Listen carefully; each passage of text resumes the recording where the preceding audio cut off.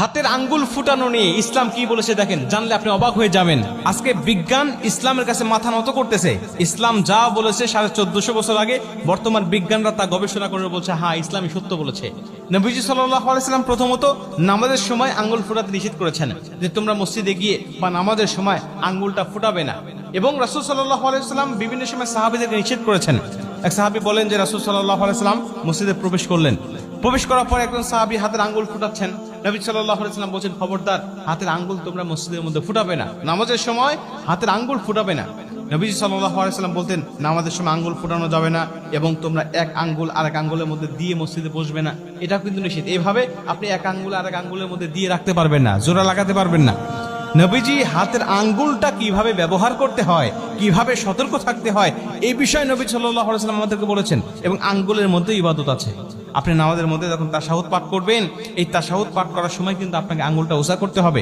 আপনি যখন আশহাদু আল্লা ইলাহা ইল্লাল্লাহু ওয়া আশহাদু আন্না মুহাম্মাদান আবদুহু ওয়া রাসূলুহু আপনি যখন পাঠ করবেন, তখন আপনি এই তাশাহুদ, এই শাহাদাত আঙ্গুলটা কিন্তু উঁচা করবেন। এই শাহাদাত আঙ্গুলটা উঁচা করে আপনি তখন কিন্তু ইশারা করবেন যে আল্লাহ পাক এক। আশহাদু আল্লা ইলাহা ইল্লাল্লাহ, আপনি যখন মুখ দিয়ে বলছেন যে আল্লাহ পাক এক, আমি সাক্ষ্য দিচ্ছি, ঠিক তেমনি ভাবে আপনি আঙ্গুলটা উঁচা করবেন এবং এভাবে আপনি সাক্ষ্য প্রদান করবেন। তার মানে আঙ্গুলেরও ইবাদত আছে। শুধু তাই নয়, নামাজের মধ্যে আল্লাহ রাসূল সাল্লাল্লাহু আলাইহি ওয়াসাল্লাম বলছেন, যখন তোমরা বসে থাকবে তখন এই আঙ্গুলটা কিন্তু কিবলার দিকে থাকবে এবং সারা অবস্থায় থাকবে, একটু ফাঁকা অবস্থায় থাকবে।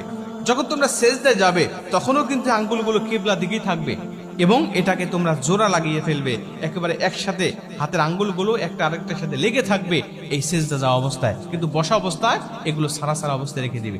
তারপরে নবীজি মসজিদের মধ্যে আল্লাহ রাসূল কিভাবে আঙ্গুলের ব্যবহার করতে হবে, আঙ্গুল দিয়ে ইবাদত করতে হবে, নবীজি সেটাও আমাদেরকে শিখিয়েছেন।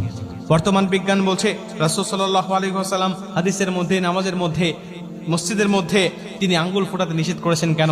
আমরা গবেষণা করে দেখলাম এবং দেখলাম যে প্রত্যেকটা গিরায় আঙ্গুলটা যে ফোটে, যে শব্দটা হয়, এটার মেইন কারণ হলো এখানে কিছু বুদবুদ সৃষ্টি হয়। এটা যখন ফোটানো হয় তখন এটা ফেটে যাওয়ার কারণে এই শব্দটা হয়। যদি কোনো মানুষ রেগুলার আঙ্গুল ফোটায় বা কন্টিনিউ আঙ্গুল ফোটায়, তাহলে তার শরীরে বিভিন্ন সমস্যা হবে এবং মানুষ যে শক্তি দিয়ে এই আঙ্গুলটা ভাঁজ করে বা ধরে, এই শক্তিটা তার নষ্ট হয়ে যাবে যদি সে কন্টিনিউ আঙ্গুল ফোটাতে থাকে। হঠাৎ দু একবার করেছে বা মাঝে মাঝে করে, তাহলে তার তেমন কোনো সমস্যা হবে না। কিন্তু যদি কেউ রেগুলার এগুলো করে, তাহলে তার সমস্যা হবে।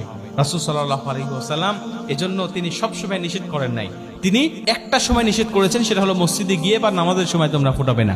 কারণ এইটুকু সময় যদি তোমরা বিরত থাকতে পারো, তাহলে হয়তো তোমরা সেই সমস্যার সম্মুখীন হবে না। কিন্তু তোমরা যদি